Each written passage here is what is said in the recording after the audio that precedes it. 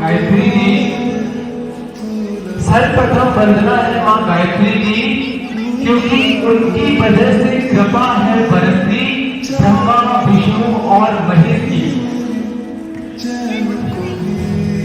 कहते हैं उठकर पानी नहीं लेने वाले अब कपड़े खुद धोते हैं। उठकर पानी नहीं लेने वाले अब कपड़े खुद धोते हैं। माँ के लाडले थे जो अकेले में रोते हैं। बेटियां ही नहीं जनाब, कभी कभी बेटे भी घर छोड़ देते हैं, मगर वो बेटे फौजी कहलाते हैं। ये फौजी भी बड़े अजीब के होते हैं। इस छोटे से बटूल में अपने परिवार को हिंदुस्तान में रखा करते हैं। कहते हैं दोस्तों, कहते हैं कि 9/11 एक तारीख जो डरा देती है। याद आती है तो मुझसे इमारतें, उनसे टकराते हवाई जहाज, बुश, लादेन, जॉर्ज बुश वगैरह वगैरह। हम इस तारीख से डरते इसलिए हैं क्योंकि हमारा पॉइंट ऑफ रेफरेंस गलत है। हमें बर्थडे के नाम पर सैकड़ों धमाके तो सुनाई देते हैं, लेकिन विश्व शांति और हिंदू धर्म की सनातन संस्कृति के पश्चिम के पटल पर खोल देने वाली स्वामी विवेकानंद की अमृतवाणी नहीं सुनाई देती। स्वामी जी के शिकागो भाषण की तारीख भी यही थी 9/11। क्या था वो भाषण जिसने अमेरिका को ही नहीं पूरे पश्चिम भारत का मुरीद बना दिया था? क्या थे वो पहले 5 लफ्ज जिन्हें सुनते ही 7,000 लोग 2.5 मिनट तक मंत्रमुग्ध होकर तालियां बजाते रहे? और क्या सीखा आपने शिकागो के उस स्पीच से जिसे दुनिया के सर्वश्रेष्ठ व्याख्यानों में से एक गिना जाता है? 9/11 मेरे लिए 9/11 का मतलब नरेंद्र, और आपके लिए पूरे भारत के लिए 9/11 का मतलब नरेंद्र ही होना चाहिए और कुछ नहीं। नरेंद्र नाथ दत्त, जिन्हें पूरा विश्व स्वामी विवेकानंद के नाम से जानता है और याद करता है।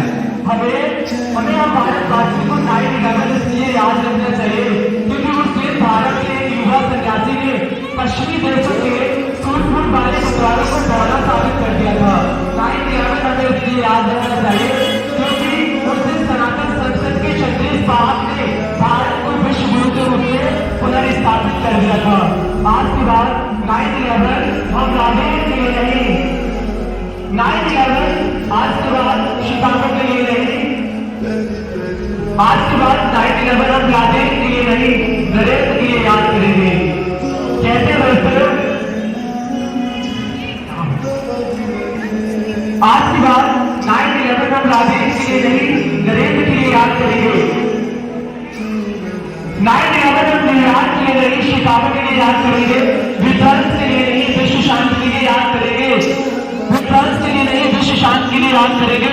आतंकवाद के लिए नहीं, सनातन संवाद के लिए याद करेंगे। आज के बाद 9/11 हम लादेन के लिए नहीं, नरेंद्र के लिए याद करेंगे। आइए ले चलता हूँ आपको फ्लैशबैक में 131 साल पहले, तारीख 11 सितंबर 1893, जगह लेक मिशिगन के तट पर बसा हुआ अमेरिका का सबसे घने आबादी वाला शहर शिकागो। अफसर, विश्व धर्म संसद, पात्र, पूरी दुनिया से आए हुए अलग अलग धर्मों के प्रतिनिधि और भारत का एक युवा तपस्वी स्वामी विवेकानंद।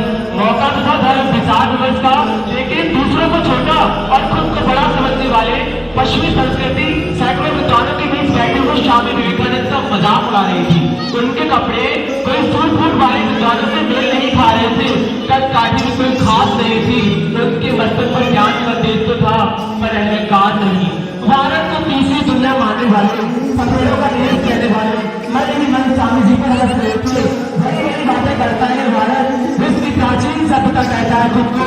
बात बात पर डिफिनेशन और पेट खोल कर बैठ जाता है। बात जहाँ मुकाबले की आई, पीछे हट गया, एक लकड़ी का सिपाही जंग लड़ने भेज दिया।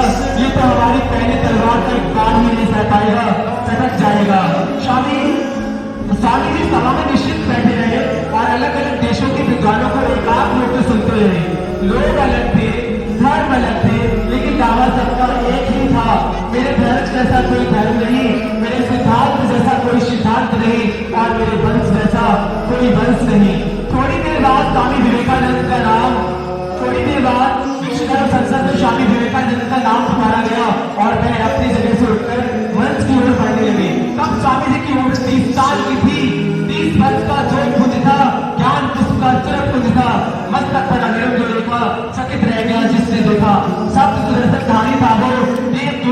अधिकारी था वो।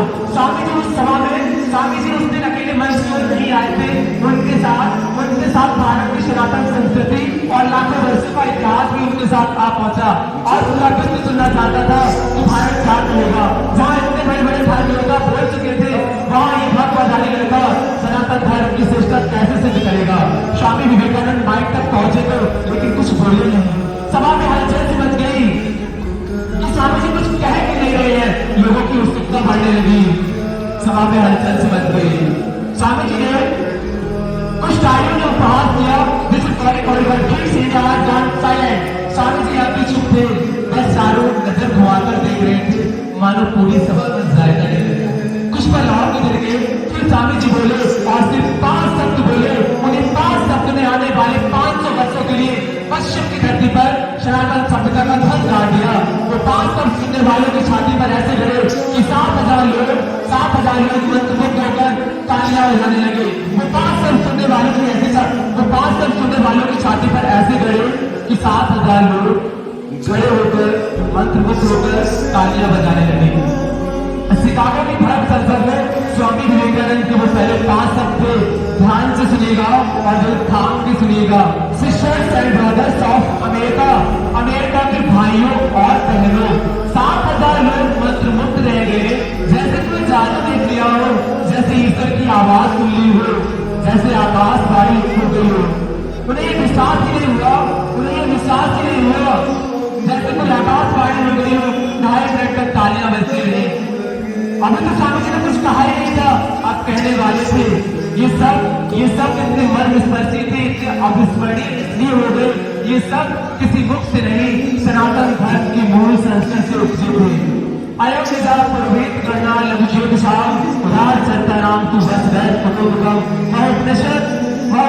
अध्याय 4 श्लोक संख्या 71।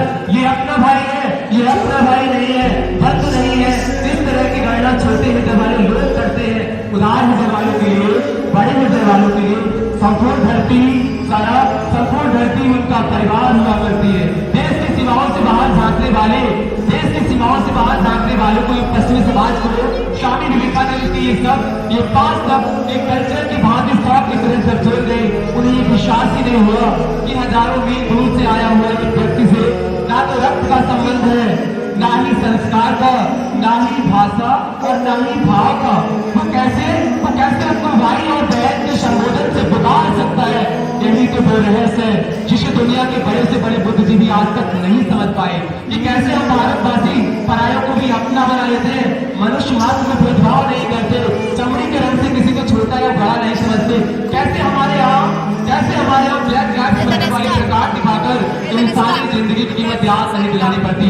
वसुधैव कुटुंबकम हमारी संस्कृति थी और रहनी चाहिए। हमारे लिए विश्व का व्यक्ति वही है जो स्वामी जी ने उस दिन कह दिया था, सिस्टर्स एंड ब्रदर। हमें पश्चिम वाली तीसरी दुनिया कहते रहे, उनकी मर्जी। हमारे लिए तो दुनिया दूसरी या तीसरी नहीं हुआ करती, हमारे लिए तो दुनिया सिर्फ एक हुआ करती है जिसमें सभी समझ आते हैं, गोरे काले छोटे बड़े, अमीर गरीब, पशु पक्षी, पेड़ पौधे, नदियां सागर सभी काले गोरे का भेद नहीं। हर दिल से ऑर्डर आता है, शौर्य आता हो हमको, हमें प्यार निभाना आता है। जीती हो किसी ने देश क्या, हमने तो दिलों को जीता है। जहाँ राम अभी तक है डरे, नारी ने अभी तक सीखा है। इतनी ममता नदियों का जहाँ माता कह के बुलाता है। इतना आदर इंसान को क्या पत्थर भी पूछे जाते हैं। इस धरती में मैंने जन्म लिया, ये सोच के मैं जाता हूँ, भारत का रहने वाला हूँ, भारत की बात बनाता हूँ, भारत की बात सुनाता हूँ। उन 5 शब्दों के बाद स्वामी विवेकानंद धारा प्रभाव हो गए। जो अगली बात कही वो क्या थी, मैं स्वामी जी को कोट करता हूँ।